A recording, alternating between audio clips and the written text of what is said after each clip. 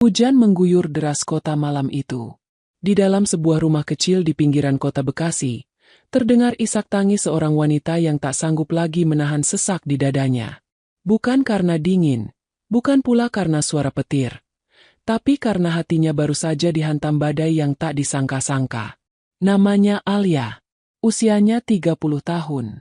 Seorang istri yang telah mendampingi suaminya selama 8 tahun, sejak keduanya menikah di usia muda.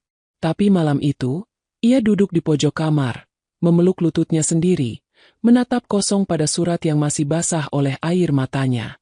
Surat cerai. Kertas putih dengan cap resmi dari pengadilan agama itu kini menjadi bukti bahwa rumah tangga yang ia bangun dengan air mata dan pengorbanan telah runtuh dalam sekejap. Bukan karena perselingkuhan, bukan pula karena pertengkaran hebat, tapi hanya karena satu hal. Katanya, Alia mandul. Reza, kamu serius? Suara Alia bergetar. Tubuhnya lemas, wajahnya pucat, sementara bibirnya nyaris tak bisa mengucapkan kata-kata. Tapi pria itu, suaminya sendiri, tak menggubrisnya. Wajah Reza dingin, tanpa beban. Seolah keputusan menceraikan wanita yang telah setia menemaninya selama ini adalah hal yang mudah. Iya, Alia, aku gak bisa terus kayak gini. 8 tahun kita nikah, gak ada anak. Aku butuh keturunan. Dan kamu gak bisa ngasih itu. Alia menatap Reza, matanya berkaca-kaca. Tapi kita belum pernah periksa bareng. Kamu selalu nolak tiap aku ajak ke dokter. Reza mendengus pelan. Ia bangkit dari sofa, lalu mengambil jaketnya. Aku gak butuh dokter buat tahu kalau masalahnya ada di kamu. Perempuan lain bisa punya anak. Tapi kamu, sampai sekarang, kosong. Maaf, Alia. Aku capek pura-pura bahagia. Hati Alia seperti ditikam. Kalimat itu menusuknya lebih tajam daripada pisau. Reza pergi malam itu, meninggalkannya dengan surat cerai, tanpa pelukan, tanpa tangisan, tanpa penyesalan. Dan yang lebih menyakitkan, seminggu kemudian, Alia mendengar kabar kalau Reza telah menikah lagi. Dengan wanita muda bernama Dinda, rekan kerja Alia sendiri saat dulu masih bekerja di sebuah kantor periklanan. Darah Alia mendidih. Bukan karena cemburu, tapi karena rasa dihina, dituduh, dan dibuang tanpa diberi kesempatan untuk menjelaskan. Hari-hari berikutnya menjadi neraka bagi Alia. Keluarganya ikut menyudutkan. Tetangga mulai berbisik-bisik, menyebar gosip yang sama sekali tidak benar. Di mata mereka, Alia adalah perempuan gagal. Tak mampu jadi istri sempurna, tak bisa memberi anak, dan kini menjadi janda. Alia memilih pergi. Ia menjual semua perhiasan yang tersisa, meninggalkan rumah yang pernah dibangun bersama Reza, dan pindah ke kota Bogor. Ia ingin memulai hidup baru, jauh dari orang-orang yang hanya bisa menyalahkan. Di sana, ia diterima bekerja sebagai staf administrasi laboratorium di sebuah rumah sakit swasta. Gajinya pas-pasan, tapi cukup untuk makan dan menyewa kamar kos sederhana. Alia tidak menuntut banyak. Ia hanya ingin hidup tenang. Tapi luka di hatinya masih menganga lebar. Setiap malam, ia masih sering menangis diam-diam, memandangi dinding kamar yang kosong, memeluk bantal dan menahan suara isaknya agar tak terdengar oleh penghuni lain. Dalam doanya yang lirih, ia hanya bisa berkata, "Ya Allah, kalau aku memang gak bisa punya anak, aku ikhlas. Tapi, jangan biarkan aku terus hidup dalam fitnah ini." Hari-hari berjalan perlahan. Alia mulai terbiasa dengan rutinitasnya yang sunyi. Ia bekerja dengan tekun, meski hatinya hampa. Hingga suatu hari, saat sedang membereskan berkas-berkas di meja kerja laboratorium, seseorang mengetuk pintu ruangan. Tok, tok. Alia menoleh. Di depan pintu berdiri seorang pria dengan jas putih dan wajah ramah. Tingginya semampai, kulitnya bersih, dan senyumnya hangat. "Permisi, saya Dr. Arman. Boleh saya ambil hasil lab pasien nomor 23? Alia mengangguk cepat. "Tunggu sebentar, Dok." Ia gugup. Baru pertama kali melihat dokter itu dari dekat. Biasanya, hanya lewat koridor rumah sakit. Dari para suster, Alia tahu bahwa Dr. Arman adalah spesialis kandungan, lulusan luar negeri, dan belum menikah. Sejak hari itu, Arman beberapa kali datang ke ruang laboratorium. Awalnya hanya mengambil hasil lab, tapi lama-lama seperti sengaja mencari waktu untuk mengobrol dengan Alia. Membahas hal-hal ringan. Kadang hanya bertanya, "Sudah makan siang, Kak Alia?" Atau sekadar mengucapkan, "Selamat pagi," sambil tersenyum. Awalnya Alia merasa biasa saja.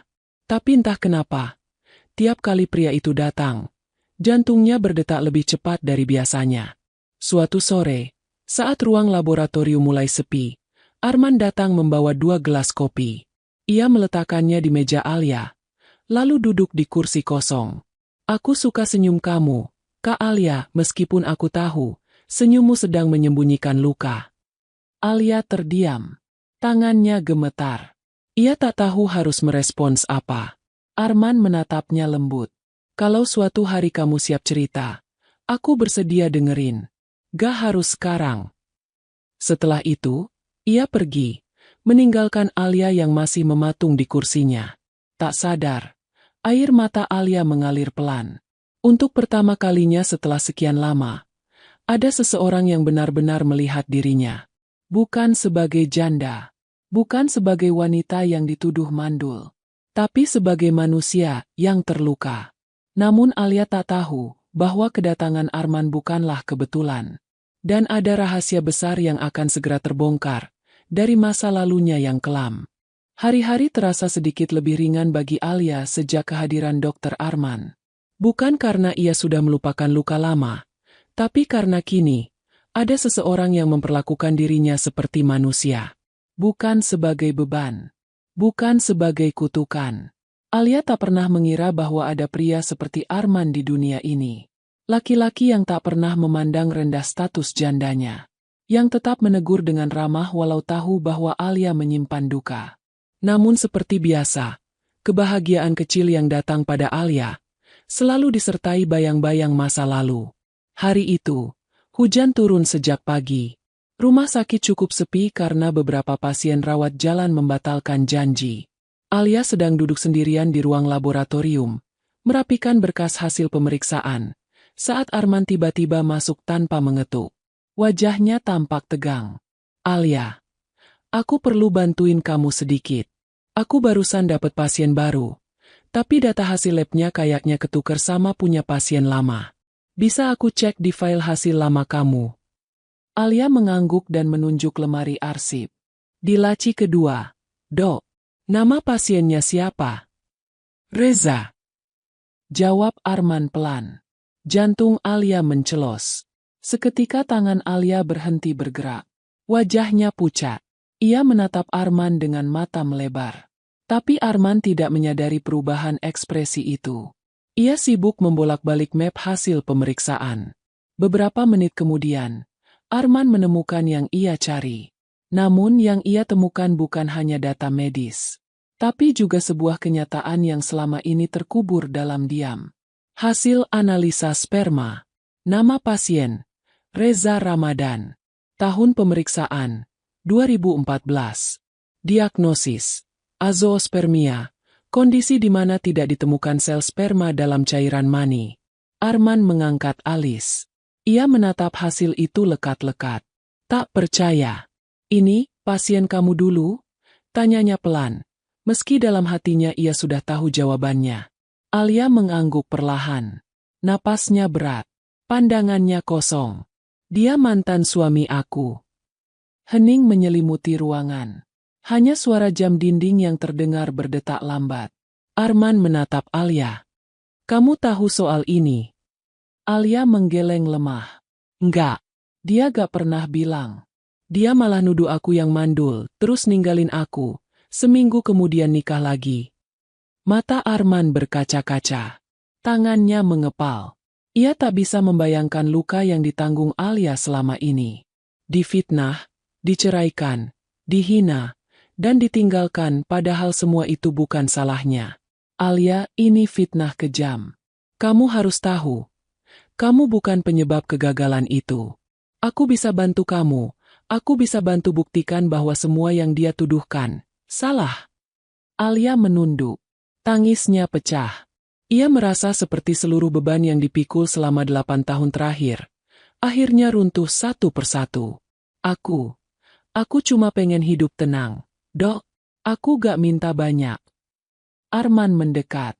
Ia mengulurkan sapu tangan kecil ke arah Alia. Tenanglah. Sekarang kamu gak sendirian. Kamu gak perlu berjuang sendiri lagi. Malam itu, Alia pulang ke kamar kos dengan tubuh lelah, tapi dada yang terasa sedikit lebih lapang. Di tangannya, ia menggenggam fotokopi hasil lab Reza yang diberikan Arman. Dokumen itu menjadi bukti tak terbantahkan bahwa selama ini, semua tuduhan terhadapnya adalah kebohongan besar. Namun, kebenaran tak selalu membawa kedamaian.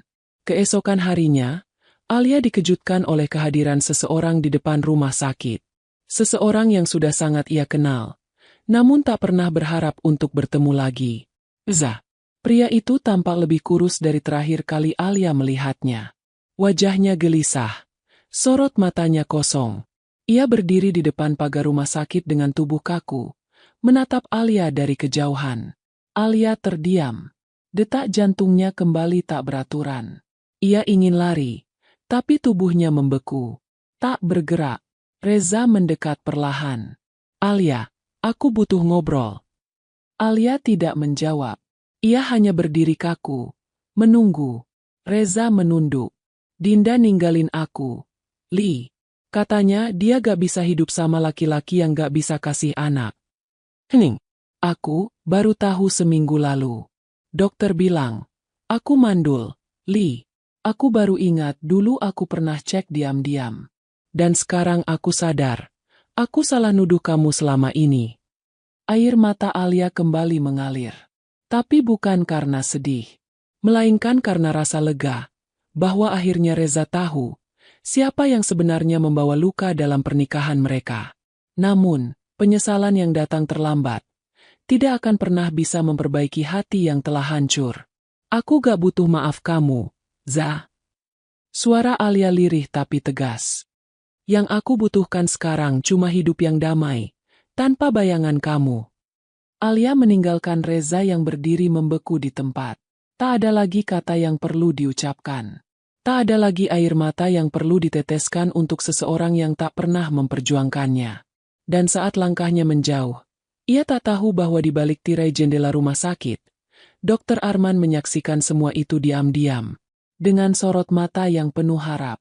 Harap bahwa suatu hari nanti, ia bisa menggantikan luka Alia dengan cinta yang utuh. Sejak pertemuan tak terduga itu dengan Reza, Alia merasa pikirannya kacau. Ia tidak membenci Reza, tidak juga marah. Yang ada hanyalah kehampaan. Semacam ruang kosong yang dulu pernah diisi dengan harapan, namun kini hanya menyisakan debu kenangan yang tak ingin lagi ia sentuh. Alia mengurung diri di kamar kos malam itu. Menatap langit-langit sembari mengingat setiap kata yang dilontarkan Reza. Tentang Dinda yang pergi. Tentang hasil medis yang baru ia sadari. Tentang penyesalan yang datang terlalu lambat. Tapi anehnya, Alia tidak menangis. Mungkin karena ia sudah terlalu sering menangis. Atau mungkin, karena hatinya sudah tidak lagi menyimpan rasa untuk pria itu. Di tengah keheningan malam, suara notifikasi ponsel Alia berbunyi. Sebuah pesan singkat dari Dr. Arman. Kalau kamu masih gelisah, aku bisa jadi pendengar yang baik. Aku masih di rumah sakit. Ruang dokter kosong. Tapi kalau kamu lebih nyaman diam di rumah, gak apa-apa juga. Aku cuma khawatir. Alia membaca pesan itu dengan jantung berdegu pelan. Ia ragu, tapi juga merasa bahwa satu-satunya tempat yang aman saat ini adalah dekat Arman. Beberapa menit kemudian, Alia melangkah keluar. Hujan gerimis turun perlahan, dan langkahnya membawanya kembali ke rumah sakit. Lampu-lampu lorong sudah banyak yang dimatikan. Hanya ruangan khusus dokter yang masih menyala. Saat pintu terbuka, Arman berdiri dari kursinya. Ia tak berkata apa-apa, hanya mengangguk, lalu menarik satu kursi di depannya agar Alia bisa duduk. Dan untuk pertama kalinya, Alia bercerita. Bukan sekadar tentang Reza, tapi tentang seluruh hidupnya. Tentang bagaimana ia menikah muda karena mencintai Reza sepenuh hati. Tentang 8 tahun menunggu keajaiban, menahan hinaan, dan tetap setia. Tentang hari di mana ia menerima surat cerai tanpa penjelasan. Tentang tetangga-tetangga yang meludah di belakang punggungnya. Tentang malam-malam sunyi yang tak lagi ia hitung jumlahnya. Dan Arman mendengarkan semuanya. Tanpa menyela, tanpa menghakimi. Hanya diam, dan menggenggam tangan Alia di atas meja, seperti hendak memindahkan seluruh kekuatan yang ia punya ke dalam tubuh wanita itu. Alia, kata Arman pelan, kamu kuat, tapi kamu gak perlu kuat sendirian. Alia menunduk, air matanya jatuh. Tapi kali ini, bukan karena kesakitan, tapi karena merasa dimengerti. Untuk pertama kalinya setelah bertahun-tahun, ada laki-laki yang tidak membuatnya merasa gagal, tidak membuatnya merasa kurang. Sejak malam itu, hubungan mereka berubah. Masih formal di depan orang lain, tapi perlahan, mulai terasa lebih dekat. Arman sering datang saat jam istirahat, membawa makanan kecil atau kopi hangat. Kadang mengajak Alia membaca buku medis ringan, atau sekadar berjalan ke taman belakang rumah sakit. Lalu datang hari itu. Hari di mana Arman menunggu Alia di lobi rumah sakit, mengenakan jas panjang warna coklat dan membawa sebuah tas kecil di tangannya. Aku mau ajak kamu ke suatu tempat, ujarnya singkat. Alia ragu, tapi mengikuti. Mobil mereka melaju menuju luar kota. Sepanjang jalan, Arman bercerita tentang masa kecilnya, tentang orang tuanya yang dulu sempat menentang keinginannya menjadi dokter, tentang bagaimana ia membangun karirnya sendiri dari nol, dan tentang kesendiriannya selama ini. Kamu tahu kenapa aku belum nikah sampai sekarang, Alia? Tanya Arman tiba-tiba. Alia menoleh pelan. Kenapa? Karena aku belum nemu orang yang bikin aku yakin untuk berhenti berjalan. Sampai aku ketemu kamu. Mobil berhenti di depan sebuah rumah mungil di kawasan puncak. Di halaman depannya ada banyak bunga mawar putih. Arman membuka pintu rumah itu, dan membawa Alia masuk. Di dalam, semuanya sederhana, tapi hangat. Ada aroma kayu dan kopi. Di ruang tengah, ada sebuah bingkai foto kosong di atas meja. Aku beli rumah ini 3 tahun lalu. Katanya, kalau kita punya rumah yang tenang, kita bisa mulai hidup yang baru. Tapi rumah ini terus kosong. Sampai hari ini. Alia berdiri di tengah ruangan, tak sanggup bicara. Suara jantungnya menggema sampai ke telinga. Arman mendekat, mengambil sesuatu dari tas kecil yang tadi ia bawa. Sebuah kotak beludru hitam. Ia membuka kotak itu, dan berlutut. Alia, izinkan aku menebus luka yang pernah kamu tanggung sendirian. Bukan karena aku kasihan, tapi karena aku ingin. Dengan segenap hati. Alia terpaku. Tangisnya pecah, tapi tidak menjawab. Ia hanya menutup wajahnya dengan kedua tangan, lalu mengangguk pelan. Hari itu, langit tidak sedang cerah, tapi hati Alia terasa seperti baru saja disinari matahari untuk pertama kalinya setelah musim hujan yang panjang. Namun, tak ada kisah cinta yang tumbuh dari luka tanpa ujian. Dan ujian itu datang lebih cepat dari yang mereka bayangkan. Pernikahan Alia dan Arman berlangsung secara sederhana, hanya dihadiri kerabat terdekat dan beberapa rekan rumah sakit. Tak ada pesta mewah, tak ada gaun mengkilap atau musik keras yang bergema. Namun yang hadir adalah ketulusan, doa, dan harapan. Alia mengenakan kebaya putih sederhana. Tangannya menggenggam erat tangan Arman saat ijab kabul selesai dilafalkan. Wajahnya tersenyum, tapi matanya berkaca-kaca. Ia masih sulit percaya bahwa dirinya, seorang janda yang pernah dicaci, kini berdiri di samping pria yang tak hanya tampan dan kaya, tapi juga memperlakukannya layaknya manusia yang paling berharga. Hari-hari setelah pernikahan mereka adalah masa-masa penuh ketenangan. Arman memboyong Alia ke rumah barunya di kawasan pegunungan. Sebuah rumah yang ia janjikan akan menjadi tempat mereka membangun ulang segalanya. Namun, bahagia yang datang tiba-tiba, kadang membuat semesta iri. Seminggu setelah menikah, di suatu sore yang gerimis, Alia menerima panggilan telepon tak dikenal. Saat ia angkat, Terdengar suara yang sudah lama tak ia dengar, namun masih sangat ia hafal. Alia, ini aku, Dinda. Alia terdiam. Jemarinya menegang menggenggam ponsel. Aku minta kamu jangan senang dulu. Kamu pikir Reza itu mandul? Kamu pikir kamu yang menang? Suara itu tajam, nyaris berbisik. Dia barusan dapat hasil lab baru. Dan dia dinyatakan normal.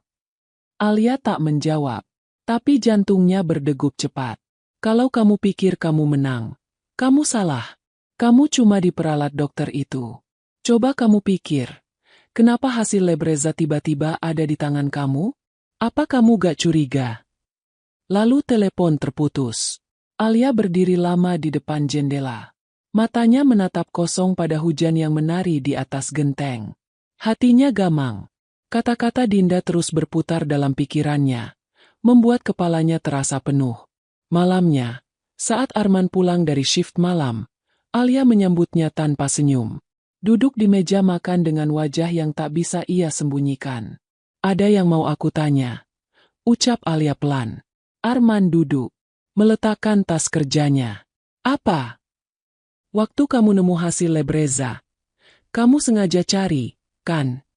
Arman terdiam sejenak, lalu mengangguk. Iya, tapi bukan karena aku pengen manfaatin kamu.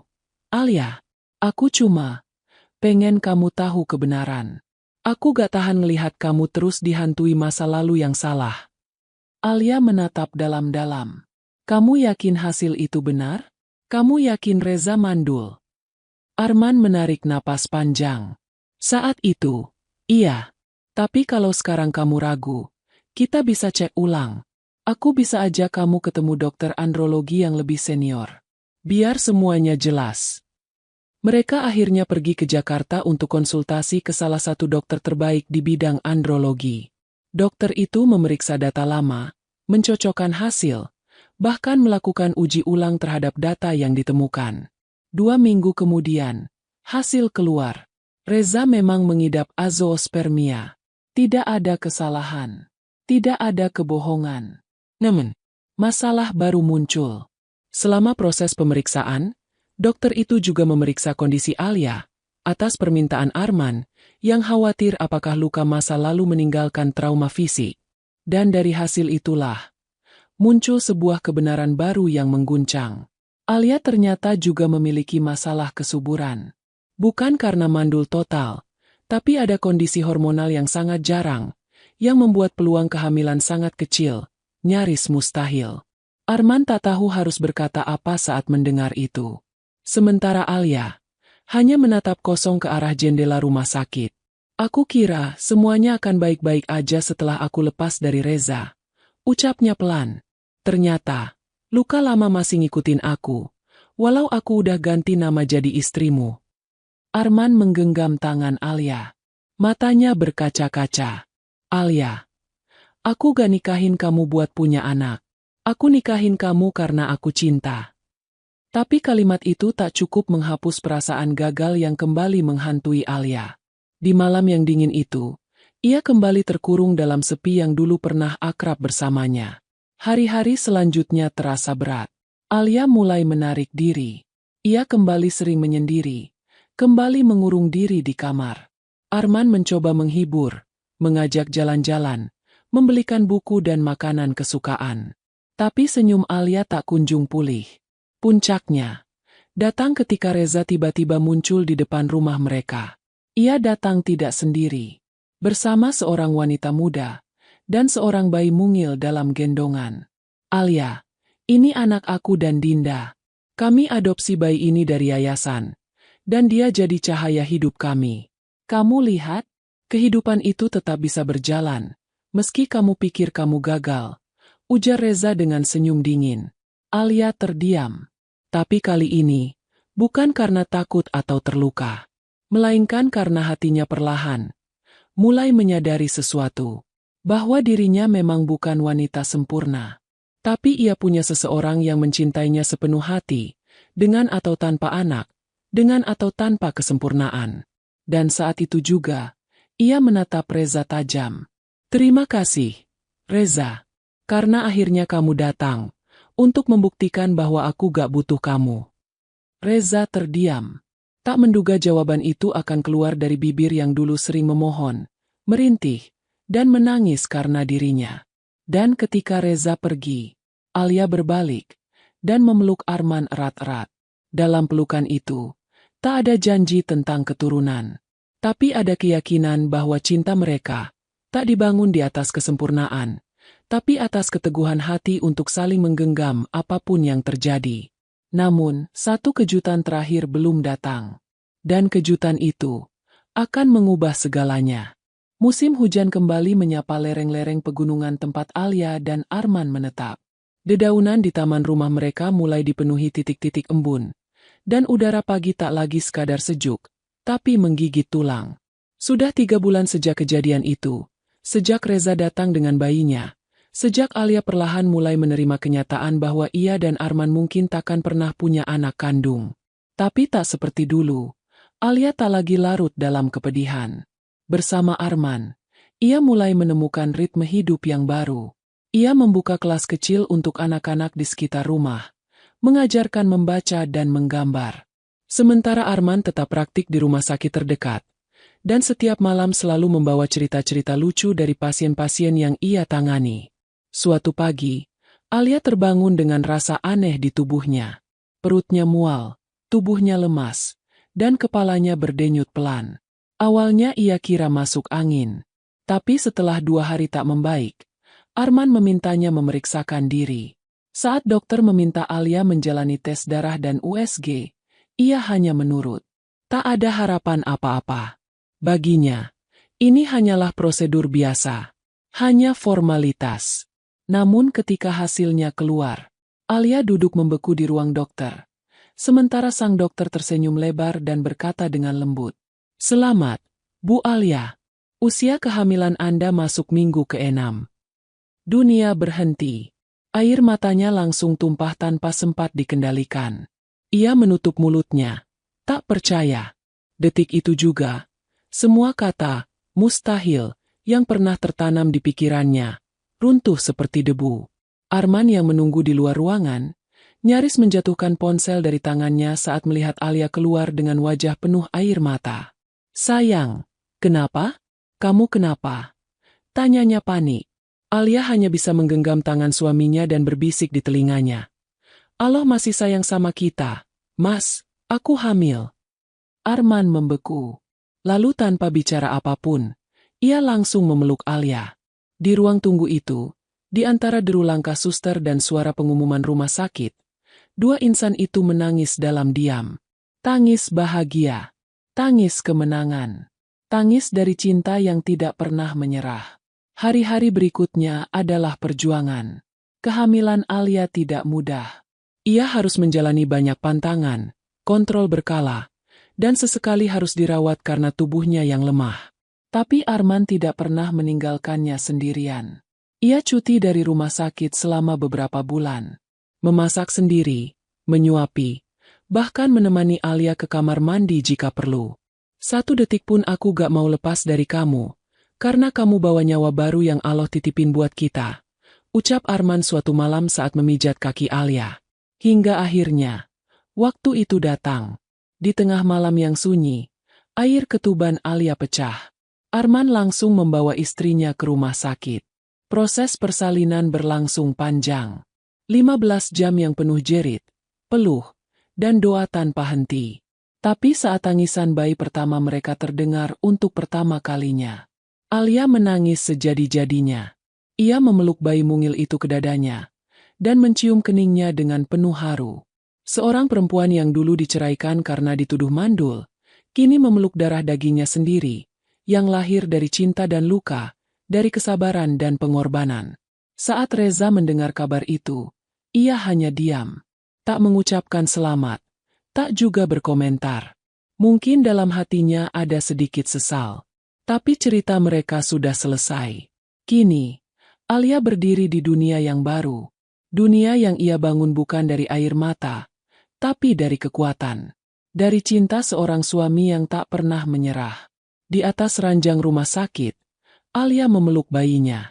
Arman duduk di sampingnya, menggenggam tangan mereka berdua. "Namanya siapa?" tanya suster. Alia tersenyum. "Ryan Ardhani. Yang kuat, yang diberi kehidupan." Dan malam itu, langit tak begitu cerah. Tapi di dada Alia, terang itu sudah ada. Terang yang tak akan pernah padam. Selama ia masih menggenggam cinta, dan selama Allah masih menitipkan harapan,